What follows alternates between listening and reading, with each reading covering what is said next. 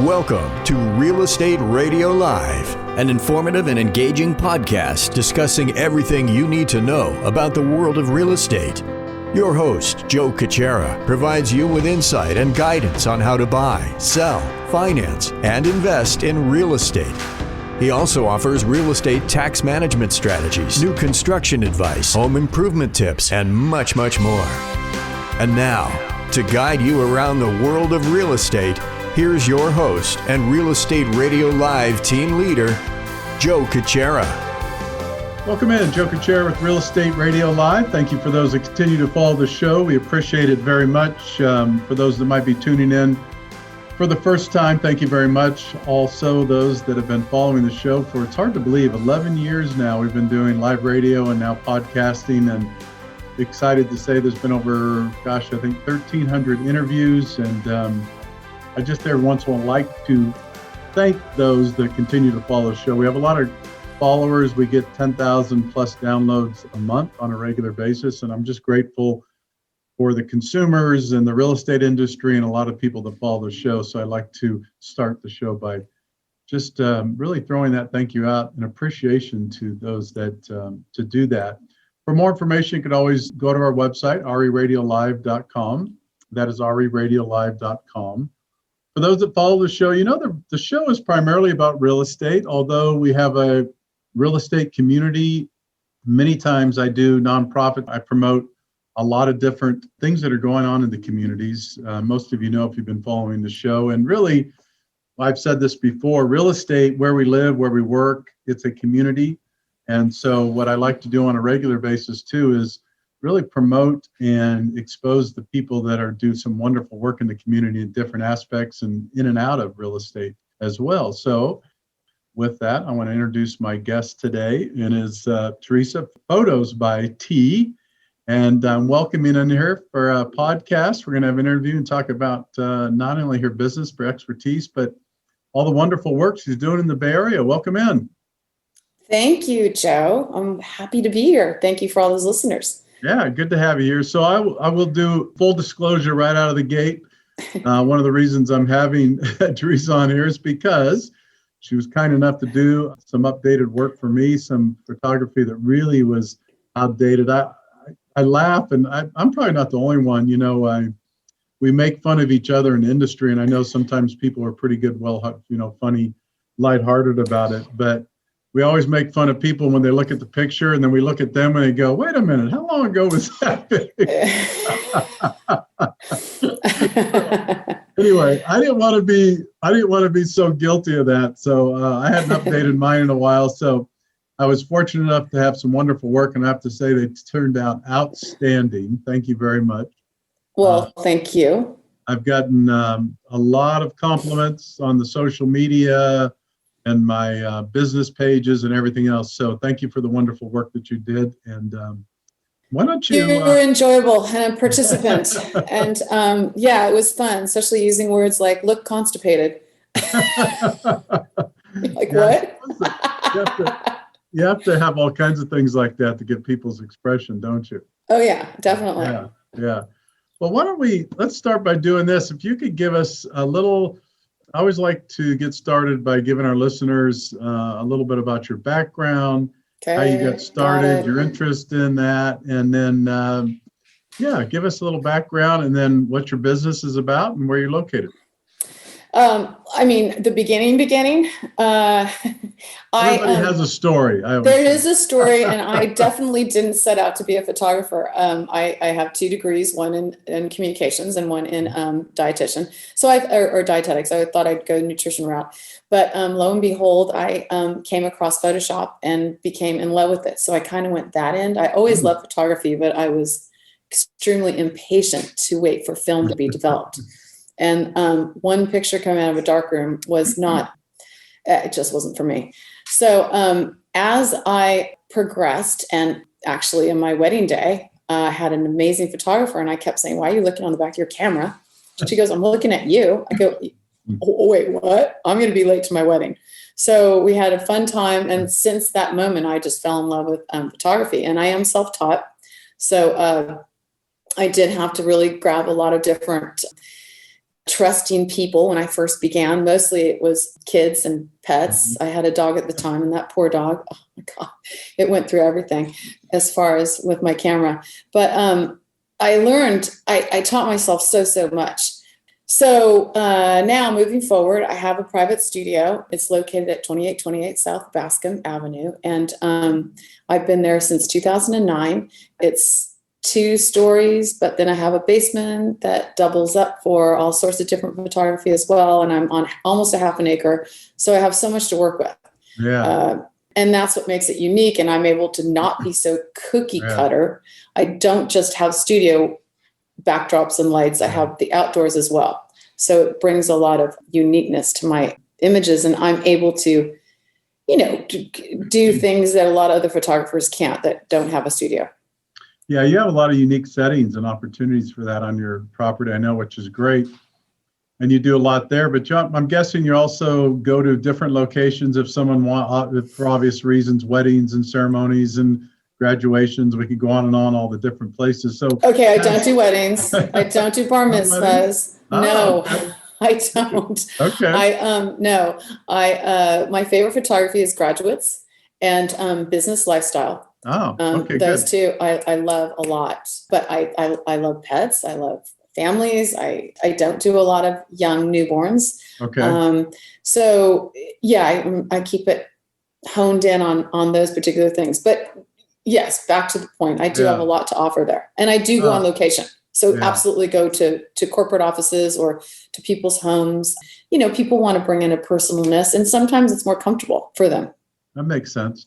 Yeah, so let me just make sure I'm clear too, because I want the people that are listening to the podcast to know what you specialize in and what you really try to focus on. I think it's great that you have these specialties. So kind of run through them again, those people that are listening to the show, and I'm hoping, I always say this too, make sure when you're listening to the podcast, those that are listening to it, most of us have family, friends, coworkers, people we care about, forward this to them as well if you think they could use Teresa's services.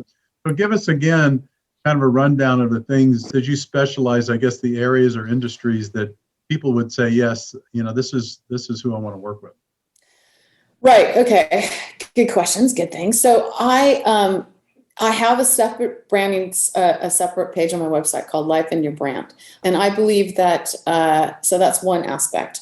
But I think that we all need a really great, at least one great headshot, if not 2, 3, 4, 5, especially in this digital age, which we're so much out there on social media and now with Zoom. So the branding side of it and the corporate side of it, I look at differently. Sometimes people, all they want is just a headshot. And then I try to explore a little bit more as to what they do. And it turns out that, like, for instance, you do podcasts, bring your mic, bring your headset, let the image speak as to what you do. It doesn't have to be so much the words. And that's what I want. I want that image to talk as much as it possibly can, because we're moving so fast in this world. We don't want to be reading stuff. We just want to look at pictures. So when I photograph realtors, some do a lot of work in their car. They're known for doing business in their car. I go, bring your car, bring your laptop. Let's do it. Some are known for that cup of coffee in their hand all the time, or they have a Hawaiian shirt. I don't know why they would want to have a Hawaiian shirt, but maybe that's their thing. Maybe that's their brand. But whatever the case may be, those are the kind of things I want to know. Yeah. So that it's just not like, hey, stand here, let me get this shot. Okay, move over here. I really want to make that person come to life in front of my lens and make it authentic to them. But I also, being that I've got so many fun things at my studio, like a rain studio, which if you go to my site, FOTOS by T with an F, FOTOSBYT.com, you'll see on the top, you'll see rain studio.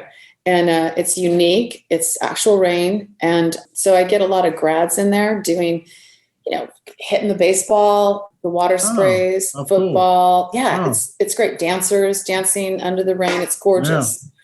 So I love that. Pets shaking with all their fur. So senior graduates and also college graduates. I mean, right now with what's going on, they so need an experience. Some of them, they don't have a prom to go to.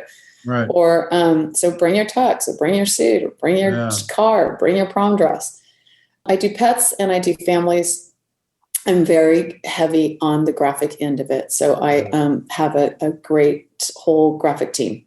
Very good. So if anyone has concerns about, I don't know, under eye bags or things, red eyes, or, oh my God, I've had too much coffee, I can't do my photos now, my teeth are yellow. Don't worry. That's all handled. It's all handled. That's good to know. I'm always interested to, as I interview people, especially small business success like yourself, how has the COVID really kind of changed your business? Have you had to shift gears, or is it just a matter of being more careful and masks? And it's always good to know. And I think I love for small business entrepreneurs to share that with the community, because, I have a kind of a soft heart for small business. I mean, I understand what it's like. I know what other people do that start small businesses. And, there has been a lot of businesses that struggled in COVID. So how did yours change, or did it any at all? And what kind of adjustments did you have to make? Well, I think everybody in any time, being it COVID or not, has picture avoidance syndrome. And so, that was a great excuse for people to not have to handle things. But then in the same side, during COVID, I think people were taking a really close examination of their presence out there in social media, looking at their website, looking at how they are. So one of the things that I did was I made sure to take my new headshots with my masks on, because I really wanted to communicate that out to people that, hey, I'm not taking this lightly. I am the only person at my studio. I can be at a distance. If you go to my About T and you see bloopers about tea, you'll get a full tour of everything about my studio, and it's big. So I told people I mask up if that makes them comfortable, and of course those that weren't comfortable just didn't come. But now they're starting to come. It's it's starting to loosen up a little bit. So yeah, I was empathetic, definitely empathetic, but I also deemed myself essential. So I felt like this is essential, like a maternity. There's a bump there. It's not like she can go do it next year, There's a newborn, which I do newborns once in a while. And that's a moment in time. That's essential. Yeah. So good. So anyway, does that answer the question? Yeah. Okay. And we're going to do this a couple times during the show before we finish up, Teresa, though. But give us the listeners, we'll give it out towards the end too. Those that are interested in contacting you, discussing with you, doing business, or have more questions for you, what are the ways they would get in contact with you? To my website. So FOTOS by T with an F, FOTOS by T, T for Teresa.com. And then on the top, there's a get in contact with me. You can schedule a chat, you can schedule to come in, or you can just send me an email. Everything's right there. Okay. So you can hop onto my calendar. And do you, not to assume, but I know you go to different locations, remote locations. Is there a limit to that, or is it just, hey, it depends, if the job sounds right and it makes sense, I'll go? Or what's your philosophy on that? You do pay a little bit more because I'm being taken out of my area, my surroundings, and most people, they don't mind. It's not a big fee, right. But if someone insists on, I have a fountain that I love, that I need my pictures, my corporate pictures in front of this fountain, or I'm a high-end realtor and I do really luxury homes. So I would love you to come out to one of my luxury homes and we were shooting there. Absolutely. I mean, it makes sense. My studio was built in 1891. So it doesn't have that modern feel or flair at all. But a lot of people enjoy that. Like, God, I've never seen any place like this before. And if I'm going out to someone because they have someone that's just, they have someone that just can't move, or they won't go out. They're too afraid. I definitely go to their house or do whatever needs to be done. Okay, great. Yeah. For those that are also, I know that we have a pretty large following with the real estate community, loan officers, real estate title. Teresa would be a great fit. A lot of experience in that area. So be sure to contact her if you needed some updated pictures, photos, whether it's personal or, within your business. Speaking of that, I'm always surprised, and maybe I shouldn't be, and you could speak to it better than anybody, that someone would either, let's use that example you used a few minutes ago. In other words, I'm a high-end real estate agent. I sell homes of $4 million above, or I'm a loan officer that deals with people that do multi-million-dollar loans, or we can the image, in other words, is that I work with people that are high income, high wealth. And it's amazing that they wouldn't take the time and investment to get photographs and whatever they do to make that image kind of match what their career is. And you probably see it a lot too. It's amazing that people won't invest that into these things that are so important. And photography is the most important thing, as you mentioned when we opened the show. I'm shocked. I mean, for me, when I go onto LinkedIn and I see some of these headshots, I'll see a shoulder. Okay, great. Someone got a great picture of you and you're with someone that maybe you're not dating anymore, but there's their shoulder, or they're standing there and they have a tree coming out of their head. Or for instance, like I wore blue because you're supposed to wear the color of your eyes because it allows you to get what you want. So today I was like, I want this interview to go well. So I'm wearing blue. A lot of people will have, you're supposed to update your images like every 2 years, but some people, they're 5, 10 years old and they show up to a meeting and they're like, who are you? To me, that speaks of, well, either you're too busy to get a new headshot, which why would I want to hire you if you're too busy?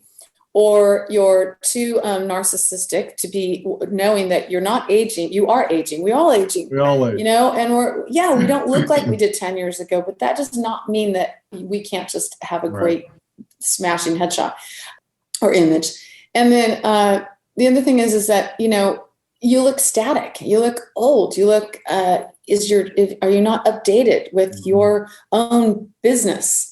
That would be a question if their headshot looks really old and the background looks, those old graduate blotchy blue backgrounds still. Right. Anyway, all that speaks to me. I look at headshots constantly. Some people will, even dating sites, some people will say, "God, will you look at my dating site and tell me, what you think?"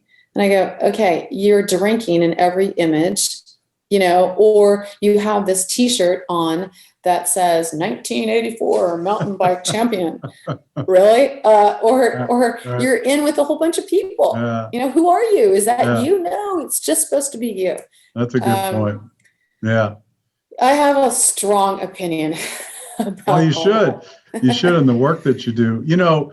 What is your thought? My guess is I'm always thinking with the evolution of the iPhone and the selfies and we have 3 cameras and now to 4 cameras on our iPhone and all this wonderful stuff, right? Which is great. I mean, that's part of evolution and technology. But I think, in my opinion, I still hear some people, even in my business, when I do podcasting and different things, I'm still hearing people go, "Well, Joe, why do you use a camera in your studio? Why don't you just throw your iPhone up on a thing and do this?" And it's interesting, I guess.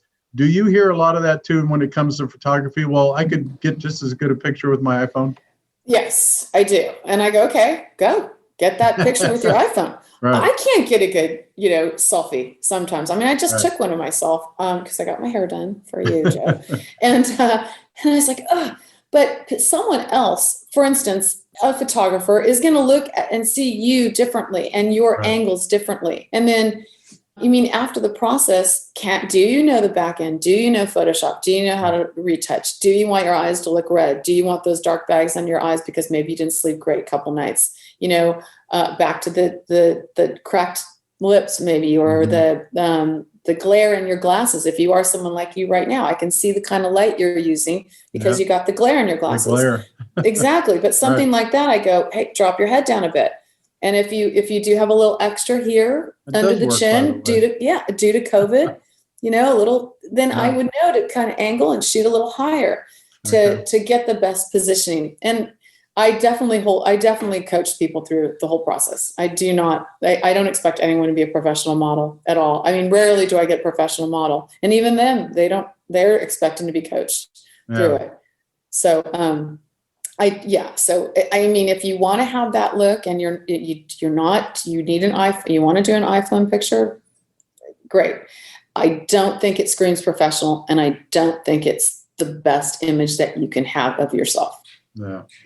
I would think that, I don't know, to me, it would be a great idea for companies. I'm not sure if you've done this or companies call you to have you come to their location and, spend a couple hours and do headshots of their employees. Maybe that's not a a need. It would seem like it is. Do you do that type of work as well? Oh yeah. Okay. And I schedule them, every 15 minutes or 10 minutes, and it's boom, boom, boom. And those are more cookie cutter type things, Okay.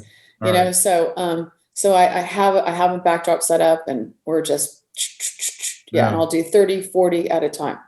It's fun. I love that. Yeah. I love, anytime someone gets in front of my lens, I don't look at it as a photo shoot. I look at it as an event. Yeah. It's going to be an event. You're going to laugh. I'm going to say some crazy words like, "You're in a hot tub of butter. Give me that look." Or "Give me that cute cuddly look." And they're all, "What?" But right in that nanosecond, I'm getting something that looks real. Right. So I love throwing out funny words. I like to keep it funny. I want people to walk away feeling light, confident, and like, "God, that photographer said I have a great job," or this, and I feel a little bit, that's my purpose. I want people to feel better about themselves. I mean, that's my whole purpose and why I do what I do. I love making people feel more confident and enter the world as more of a happier person. That little jumper lift in their step. And again, I could attest to that as well. So a couple of things. What are some of the things that just come so natural to you that you don't have to put much time and energy in terms of photography? And then on the other spectrum, what are some of the things that are super challenging still, and you really take on and you think, man, I'm going to have to really, really dig deep to add all my knowledge, my creativity to kind of make this work? Does that make sense? Is that Oh yeah, it does. I'm thinking, I'm just thinking of a shoot that I just did. Okay. Okay. Well, what comes naturally is studying people and studying their good sides and their beauty, so to speak, or their handsomeness, either way. And, I always find usually about 70 to 80% of the people, their left side's their better side. So I set up my lights usually that way. The side that people part their hair on is usually their favorite side. I'm open and very honest. So if someone said, "Hey," this is another thing, I think I'm direct and I think it's accepted. They'll say, "Hey, what do you think? This one or this one?" I go, "Oh, this one. Get rid of that one. Actually get rid of it for sure. Like give it to Goodwill." And I think people appreciate that. I think they want that directness and that honesty. So what I struggle with, well, I always feel like I'm always trying to get creative with my lighting when I'm allowed to. When someone's like, "God, I want to get these standard business profile Zoom shots, whatever, but then I really want to go and do some really dark, mysterious kind of lighting and some silhouette stuff, and I want to get a profile because I really like this part of my face." I have to have that thought. I have to have those images ahead of time. Like when I asked you to give me some inspirational images that you liked, that you were inspired to. I want to know, well, is he like the dark and the mysterious Joe, or is he going for the light and airy more Joe? What kind of things are your eyes gravitating toward? Mm-hmm. And from there, once I get those inspirational photos prior to your shoot, then I can set up and study the lighting if I need to. Okay. So I'll know, okay, this is challenging. I want to make sure I get it right. So I think for me, it's just always studying lighting. Because again, I was self-taught. So the light for me at the beginning was the sun. Yeah. and a lot of photographers will go, "Oh, well, I just do natural lighting." Well, that's kind of because half the reason why I said that was because I didn't know any other lighting. Yeah. So I'm all, I just do natural lighting. But as I jumped into it and became familiar with strobes and continuous lighting and all the different options, it just added to my arsenal. Very good. Is there something you consider or you would think people identify with you specifically? Is it headshots? Is it professional? Or is it the things that we've talked about? Is it encompassing? Like some people might think, "Oh my God, like that person is incredible at a wedding," or "Oh my gosh, that person does this really well." What would you? And I don't want you to pigeonhole yourself, but no. A lot of people say, "You are so energetic. Where do you get your energy?" Okay, good. While I sleep. A lot of people in Silicon Valley don't do that. Highly recommend it. I think, and my creativity. They're always really surprised at the angles, because some people think in their head, I know they're thinking this. They're like, "What is she doing? This image is going to come out. It's going to look awful. I just know it's going to look awful." And I sense that they're not quite we're not. And as soon as I throw back of my camera and I let them see some, they're like, oh, that's me. Oh, well, oh, okay. You really do know what you're doing. And I go, thanks. And then they're like, whoo, they just open up. They're just like, okay, go, let's go. And it's almost like I've let loose this little inner child. They're like, okay, let's go over there. Oh, that's a good spot. And they get super excited about all the different places. And one more thing I'm known for is I'm fast. A realtor that I just photographed said, you're done? Yeah, I mean, we can move on. I go, yeah. Oh, when I get it, I get it. I know I have it. And he goes, okay. We did that whole session in like 45 minutes or an hour. I go, yeah. He goes, wow. And then he was super happy with the results. So that was a nice compliment, because you don't know how you are. I don't follow other photographers around, so I don't know what their process is. I don't really know how long they take. No, I would say that's a great point. And I would, again, echo that from having my personal experience. I spent maybe 45 minutes with you, and we did several, many different shots that you recommended, and ended up with, 10 or 12, which easily were all very, very good. So personal experience with that. You did a great job, by the way. Thank you very much. Look at you, like the salt and pepper George Clooney hair and the nice big white smile. I wish I could take a picture of your voice. You have a great voice. No matter what you look like, someone's probably going to screw up a photograph, right? I guess if you really try. There are challenging things out there, but everyone has a beauty. You know what? Everybody has something that photographs fine. I don't care what you say. I love the most challenging people. When they say, you're going to hate me, I'm afraid of the camera. Some people, I feel like I have a dental drill in my hand instead of a camera, which is funny because my dad was a dentist. So I have no fear of the dental drill, but yeah. Well, one more time, we have a few more minutes. Again, for those who want to contact you, it's FOTOS by T, right? Photos with an F by T.com. That's the best place to go to the website. Once you go to the website, you can navigate. You can see there's too much to cover on the show today. She does a lot of great work, Teresa does, and you can see that by going to the website, of course, and more information. And we've only talked about my PG rated site. That's right. Yes, we have not gone to the more sensual R rated site. But we can save that for a later time. Well, we could do it another time, but why don't you, give people, we have a couple minutes left, so give them kind of an idea of that additional part of the business as well. And that's on your website. It's a separate, it's a completely separate site. It's Sexy by T. Okay. But it's imagery. It's geared toward mostly women. And it's about, either women who, want just a mommy boost, who've been in a marriage for maybe 10 years and have a couple kids, and they go, God, I just want to be seen. I want to show off. I want to feel sexy. I want to feel pretty. And I just want to be seen and want to be captured. Mm-hmm. Or pregnancy, bridal boudoir, a great gift to give before, the night before your marriage, give them this great book. That's another, I love that. That's kind of where I actually fell into it at the very beginning of my career. Because I had a lot of body image distortion and not a great self-confidence. And so being able to give that to other women is definitely a gift, because I read their minds. I know what angles, I know what women are thinking. I know we're so hard on ourselves. We beat ourselves up. So yeah, it's very true. So I enjoy that. And the society and marketing and doesn't help either. Let's face it. I mean, that's a whole different conversation topic, and how women are marketed. And so it's, I have 2 daughters, and I have 5 sisters and many aunts. And so I'm fully aware of the challenges for women in general. There really is such a hard, it's a battle every step of the way. There's just so much pressure on women. And it's truly, there's a whole different pressure that I don't think most men would understand unless A, you were married, and B, obviously, if you had girls too. I think that adds a different element to it.